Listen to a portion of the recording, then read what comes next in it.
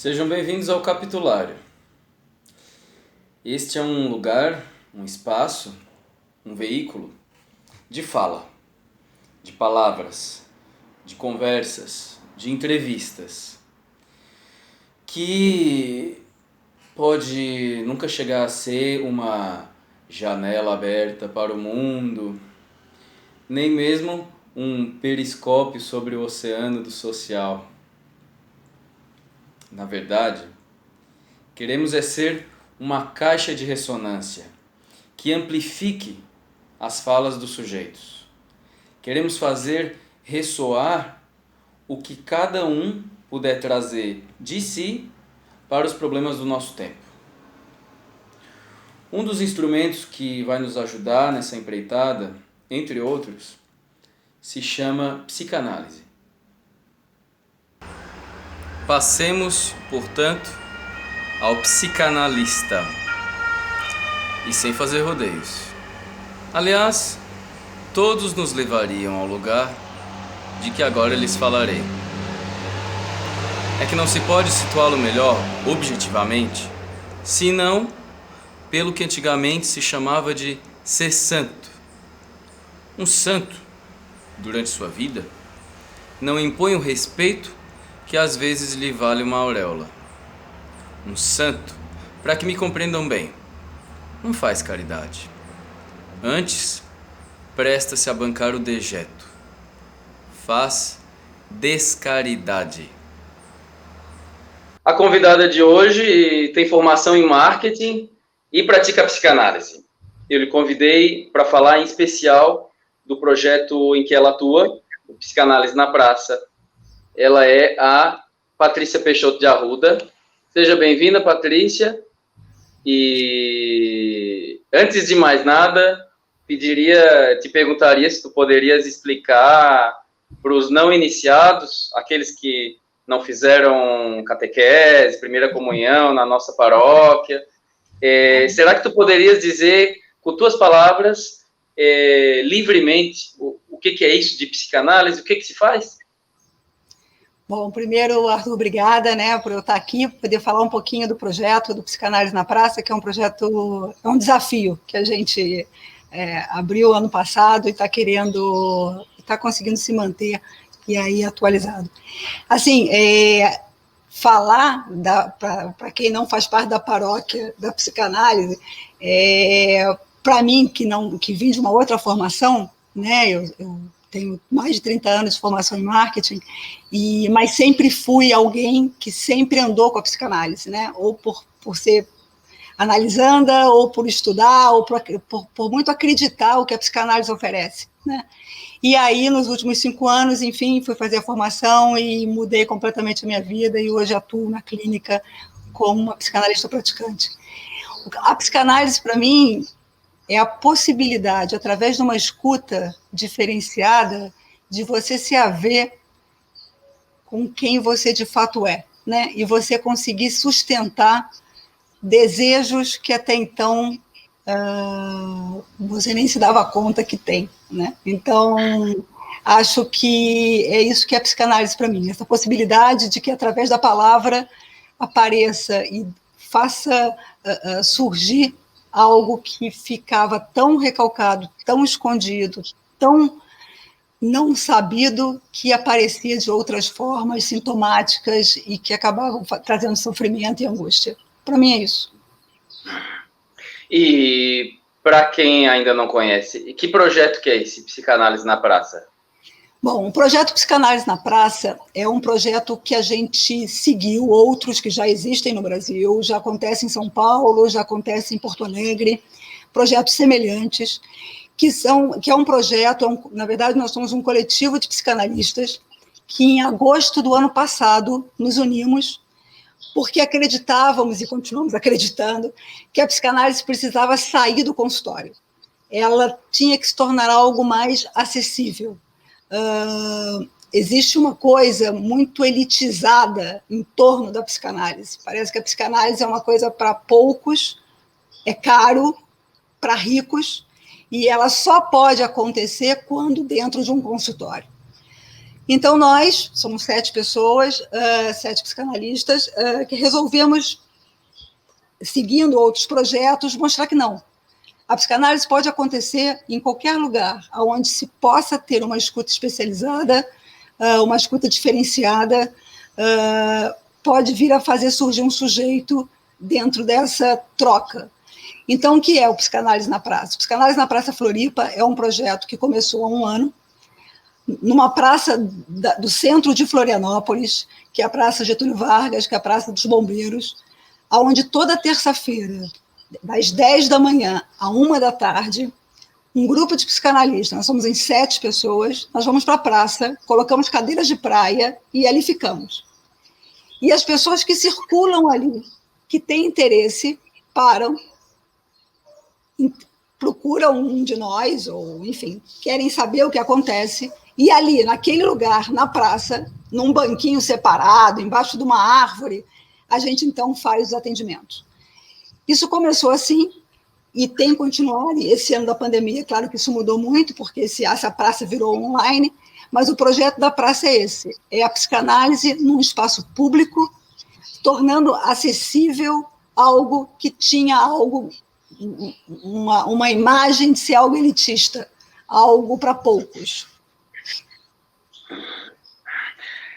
Sabes que certa feita, na entrada de um evento público em que psicanalistas comentariam um filme, uma moça me disse que as pessoas deveriam aproveitar aquela noite, porque é muito difícil, disse ela, é muito difícil falar com um psicanalista, já que uma consulta é uma coisa muito cara. Patrícia, será que é difícil para as pessoas ter acesso a um analista? Ou será que é difícil o contrário, o analista ter acesso às pessoas? Sabe que eu acho que os dois, porque eu vou te dizer um pouco dessa minha experiência desse um ano na praça. E isso, existe algo ali que não é apenas, não tem uma dificuldade que seja apenas da pessoa procurar um psicanalista. Existe algo de uma dificuldade do psicanalista procurar a pessoa. E em que sentido eu quero te dizer isso? Outro dia me perguntaram sobre o estar na praça, né, a questão do como é que se pagava aquilo. E aí era uma questão sobre o dinheiro, mas... E aí eu coloquei o seguinte, que tinha que ter muita coragem para fazer uma análise numa praça. Primeiro tem que ter muita coragem para fazer análise. Eu acho que em qualquer ambiente, né? Você se deparar com seus fantasmas, você tem que ser muito corajoso para isso. Isso eu não tenho dúvida. Agora, fazer análise num espaço público, onde tem pessoas que passam, você é visto, de repente, por alguém que te conhece, você está sentado num cantinho e tem um casal de namorados do lado, e, de repente, podem ouvir o que você está falando, requer uma coragem dupla, porque tem uma exposição pública muito maior. Quando você está num consultório, aquelas paredes te protegem um pouco, né? É um ambiente que te protege. E não protege apenas o analisando, protege também o analista. Então, eu respondendo à tua pergunta, eu acho que tem que ter uma coragem também do analista para se expor numa praça, sentado e ouvindo uma pessoa. Tem essa coisa também de estar fora daquele ambiente que, teoricamente, poderiam te dar uma sensação de proteção. Então, quando a gente quis levar o projeto, fazer o projeto existir com essa premissa de tornar a psicanálise acessível, não era apenas para que as pessoas pudessem achar psicanalistas, mas é que os psicanalistas pudessem estar mais perto das pessoas.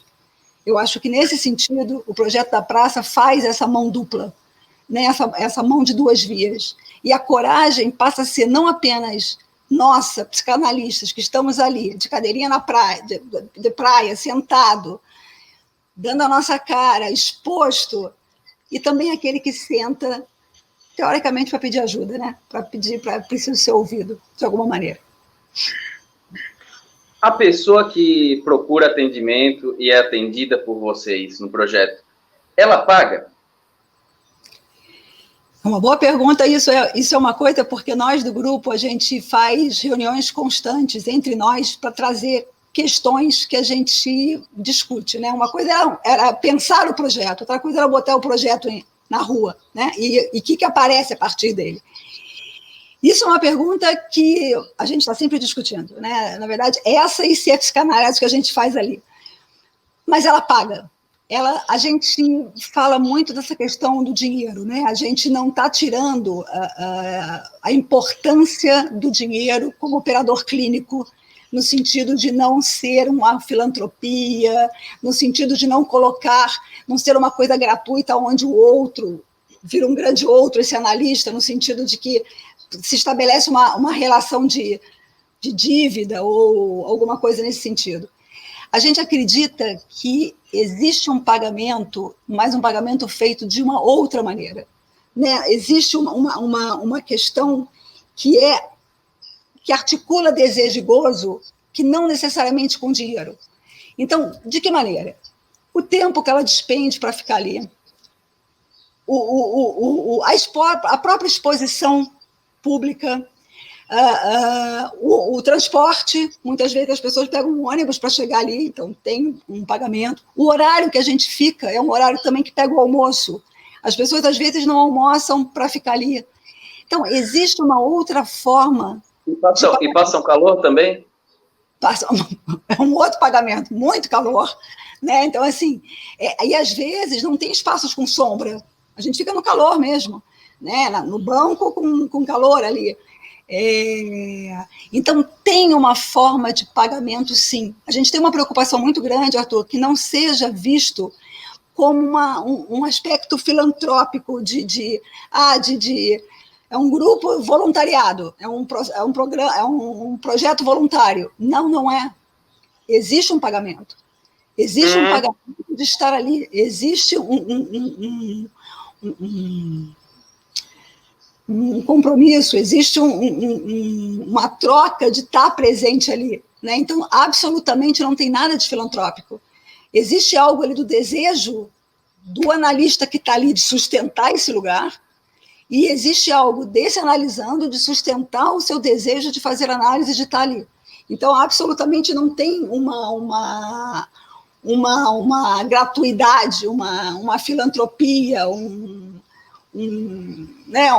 uma coisa voluntária. Não tem isso. Tem um pagamento, sim. Então, tá claro, a pessoa paga, o sujeito paga. Paga com algum preço, né? Alguma coisa ele paga. Ele pode não pagar com dinheiro, mas ele tem um pagamento.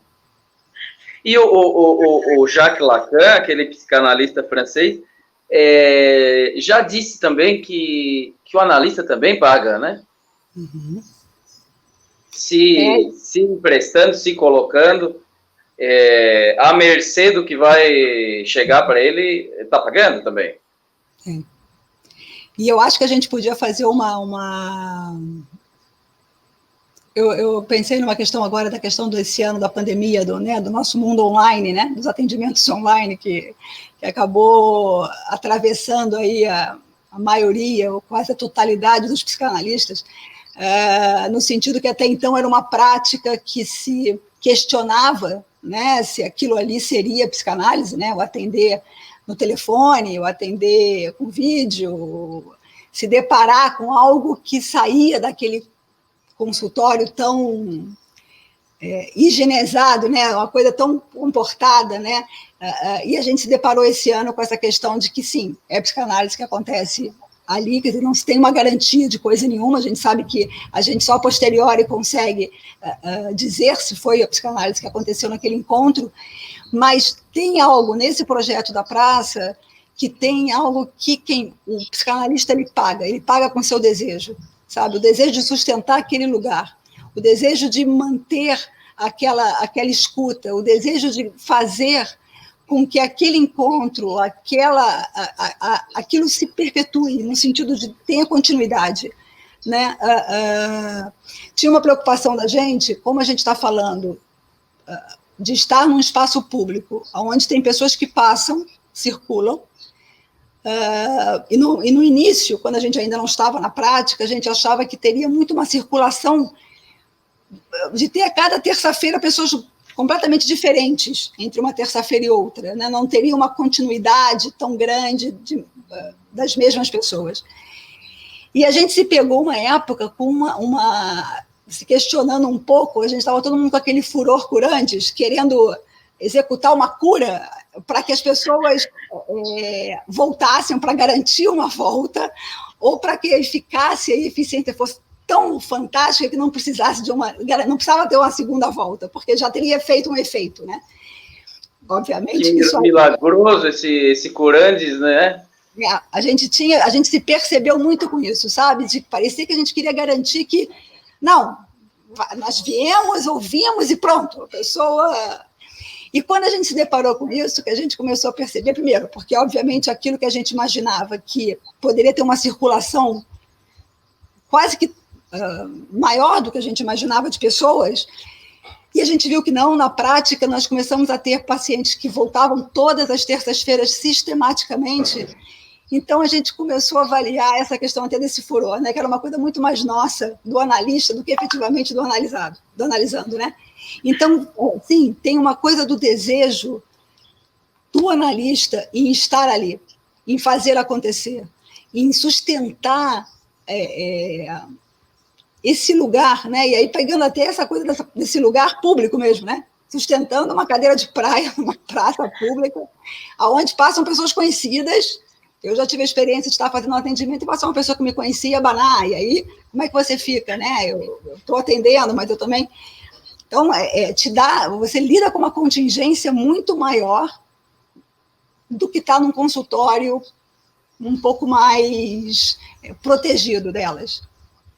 Tu sabes que há poucos dias eu estava revendo aquele documentário chamado Encontro com Lacan, em que alguém contava a história que esse analista costumava deixar a porta entreaberta do consultório, de forma tal que é interessante, porque se criava uma certa fluidez entre o público e o privado, o que bom se ouvia um relance de alguma coisa que o sujeito falou, se conversava muito na sala de espera, etc. e tal, quer dizer, um espaço público ali.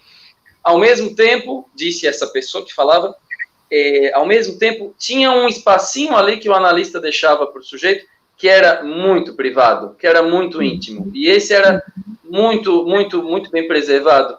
Imagino que algo desse sentido role no projeto também, né?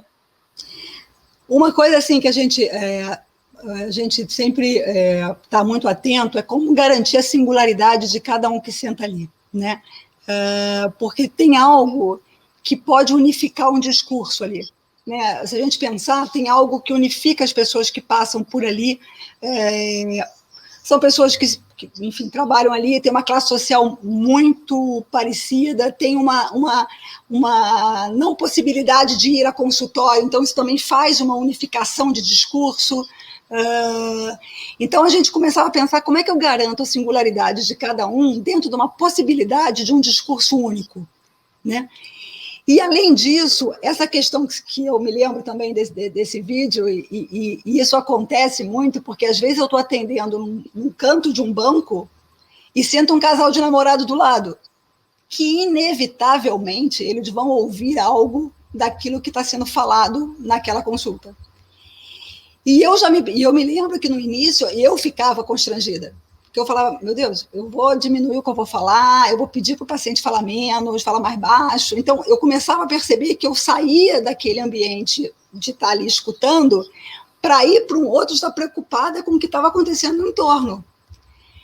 Até chegar o momento que também nas nossas conversas, a gente começou a pensar que não importava isso, né? Se para o paciente aquilo ali não era uma questão, se para ele aquilo ali não trazia um incômodo, a ponto dele pedir de se mudar de lugar, que também acontece, não era para mim. Então, assim, é interessante porque me colocava num lugar de eu também ficar me olhando e também fazendo a minha análise do meu lugar narcísico, de que tinha que estar ali, eu tinha que estar falando coisas que pudessem ser bem ouvidas, porque tinha um espectador ali, né, de fora, tinha um terceiro ali olhando, né? Quando a gente convida para o consultório esse terceiro, parece que ele se silencia um pouco.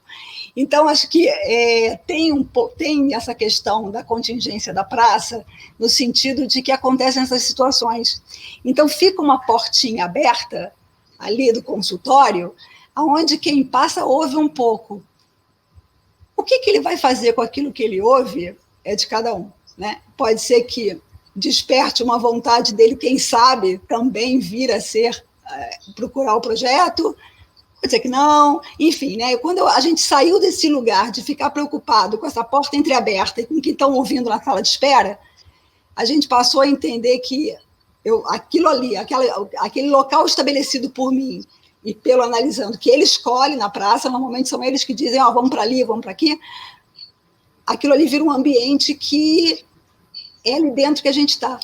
Mas eu vou te dizer assim, é um desafio, sabia? Porque a gente está ali e, às vezes, eu estou atendendo, vem uma criança brincando, que já aconteceu também, e aí interrompe, faz alguma coisa, é um cachorro que lá... A contingência se coloca ali de uma maneira que é gritante, né? E como é que você faz isso? E como é que você retoma? Enfim. Aí sim, imagino, muito mais gritante do que o próximo paciente bater na sala de espera e o analista atender no interfone, etc. e tal. Com certeza. No mais, pelo que está dizendo, é como se estruturalmente fosse quase a mesma coisa, então.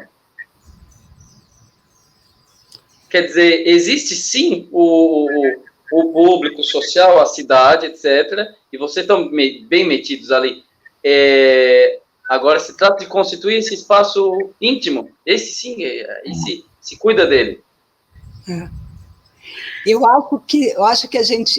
agora estou pensando isso com você aqui enquanto estou falando, mas eu fico pensando que quando a gente está atendendo no consultório, ou quando a gente faz análise no consultório, a gente tem uma ilusão de estar protegido dentro de um espaço onde somos nós e o analista, né? Ou o analista e nós, enfim, dependendo da posição que a gente está. Isso é uma ilusão, se a gente puder pensar, né? Porque nós estamos ali dentro, deitado no divã, enquanto analisando, ou na poltrona, enquanto analista, junto com muitos outros que ali coabitam junto com o paciente aquela história, né? E com a gente também, né? A diferença, talvez, é que na praça eles são mais palpáveis, sabe? Assim, esse espaço público, ele não é tão... Ele se faz mais presente. É uma coisa que eu acho que também é a coisa que o Lacan fala do real, né? O real se impõe no espaço público, no caso da praça, de uma maneira que é a questão da contingência, né? Eu não sei o que fazer, é aquilo que eu falei para ti. Então, assim, eu estava atendendo, tinha um casal de namorado do meu lado, muito próximo, então você se depara com uma situação que você, eu interrompo, eu não interrompo, eu vou, eu não vou, né? A criança que vem brincar, vou, não vou, o sol, a folha que cai, né? As pessoas que passam, a gente estava atendendo e passou um carro da polícia investigando, enfim, um morador. Então, existe uma questão contingencial que acontece que invade o teu espaço privado e que faz você ter que reorganizar ele um pouco. E se pensar o consultório ele talvez seja um pouco mais protegido, quer dizer, talvez não, ele é bem mais protegido, você não vai ter essas invasões acontecendo ali, mas inevitavelmente você terá outras, né? Você terá o paciente que chega adiantado, ou o outro que bate na porta, ou enfim, algumas outras formas também que interferência nisso, né? Com certeza, com certeza. Ô, Patrícia, tua formação original, vamos dizer assim, é em marketing. Como é que foi o percurso do marketing até a psicanálise? Olha, foram mais de 30 anos de percurso, eu vou te dizer. E agora é que eu estou conseguindo sustentar esse desejo, que não é fácil. Na verdade, eu faço análise há muitos anos, há mais de 20 anos quase. Por questões pessoais, comecei a fazer análise, enfim, por acreditar, e aí virei uma adepta do processo de análise. Sempre fui muito curiosa, sempre li muito, sempre participei de palestras da psicanálise, né? Mas muito como ouvinte, muito como beneficiada, do processo analítico, né? E aí, há 4 anos atrás, 5 anos atrás, uma amiga que é psicóloga foi fazer a formação na Escola Brasileira de Psicanálise e me chamou. E perguntou se eu não queria fazer. E eu, enfim, nunca nem tinha pensado nisso, até porque achava que era uma regra ter que ser psicóloga para poder fazer a formação. E aí fui. Participei de uma entrevista, enfim, né, como todo mundo que fez a formação. E ali eu comecei, fiz a formação, e a partir dali eu comecei a bancar esse desejo de sair do lugar que trabalha com a comunicação para trabalhar com uma outra forma de comunicação, porque eu acho que em ambos os lados a gente está falando sobre comunicação, né? Sobre o que é dito, sobre o que não é dito, sobre o que é maldito, sobre o que deveria ser dito e que não é dito. Nós estamos falando de palavras, né? Como é que se coloca em palavras aquilo que muitas vezes a gente nem sabe o que é, né? E aí, quando eu comecei a me deparar com essas questões, eu comecei a ver que eu podia sustentar isso, sabe, Arthur? Acho que chega um momento da vida da gente que a gente não faz mais muito sentido a gente fazer outra coisa que não aquilo que a gente acredita. Então, eu sim sou formada em publicidade e marketing, trabalho há 30 anos com isso, mas nos últimos 4, 5 anos eu dei uma guinada na vida. E nesse último 1 ano e meio, 2, aí sim, eu abri consultório, comecei a atender, e o projeto na praça. Então, eu digo que eu continuo envolvida por palavras. Se antes palavras que eram fáceis de serem ditas, que eram vendidas, né, que é o que o marketing muitas vezes faz, né, atribui palavras e nomes e conceitos para as coisas, eu acho que agora eu trabalho com palavras que muitas vezes as pessoas não sabem nem quais são, né? E tento ajudá-las a colocar em palavras aquilo que gera alguma angústia, algumas dores, enfim, trabalhar com... Talvez, tem uma coisa que eu fico pensando assim, antes eu achava que eu sabia, eu acho que a psicanálise me trouxe para um campo do não saber, né? Do não saber e do permitir o não saber. Eu acho que é isso que eu... Sensacional, sensacional. Bom, então, para a gente concluir, então, tu fica à vontade para dizer o que tu quiseres, para quem vier a nos assistir e se interessar pela psicanálise, pelo teu trabalho, pelo Psicanálise na Praça, o que gostaria de deixar? Olha, primeiro eu queria convidar todo mundo para conhecer o projeto e conhecer os outros psicanalistas que fazem parte do projeto. Nós temos uma página no Facebook, que é Psicanálise na Praça Floripa, e ali fala bem do projeto, como é que ele funciona, quem é esse grupo, traz algumas questões que a gente tem se debulhado, né, esse ano todo, esse 1 ano e meio. Dizer que eu acho que esse ano, para todos nós, né, que estamos aí empreitando esse lugar de psicanalistas, né, esse ano de tantos desafios, né, eu acho que nos deparamos todos com uma nova forma também de atender. Então, se o Psicanálise na Praça já era uma inventividade, a psicanálise online é uma outra inventividade, né? Então, é uma outra praça muito louca, né? Uma outra praça muito louca, é uma outra forma de você... às vezes, eu atendo paciente que eu nem conheço fisicamente, né? Eu atendo por telefone, quer dizer, se pensar, você... É uma outra coisa, e está sendo possível, né? São formas diferentes que são possíveis. Então, acho que é um desafio para todo mundo. Me coloco muito à disposição para falar do projeto. Eu tenho contato no Instagram, tem um site, Patrícia Arruda, também para quem quiser, para fazer atendimento, enfim. Estou disponível para isso, mas te agradecer acima de tudo, porque eu acho que a psicanálise ela pode e funciona fora do consultório. Na verdade, não existe nem garantia. Aliás, a gente sabe que não existe garantia de nada, né? Não se garante nem que a psicanálise no consultório seja uma psicanálise, né? Então, também não se pode garantir que a psicanálise fora do consultório não seja psicanálise. Né? Então, eu acho que são formas no mundo contemporâneo que a psicanálise tem que acontecer para que ela se torne mais acessível, mais possível diminua esse mal-estar aí, que dizia, né, o Freud, no mal-estar da civilização, que a gente consiga diminuir um pouco isso. É isso. Que sensacional! Parece que levar a psicanálise para a praça é uma forma de pôr a psicanálise à prova. Porque, de fato, consultório, poltrona, interfones e porteiro, nada disso caracteriza a psicanálise. Nada disso garante nada. Deve ter algumas outras coisas, mas não é isso. Não é isso. Vamos descobrir, então. Tá bom. Deixamos aqui. Obrigada, Arthur. Valeu, viu?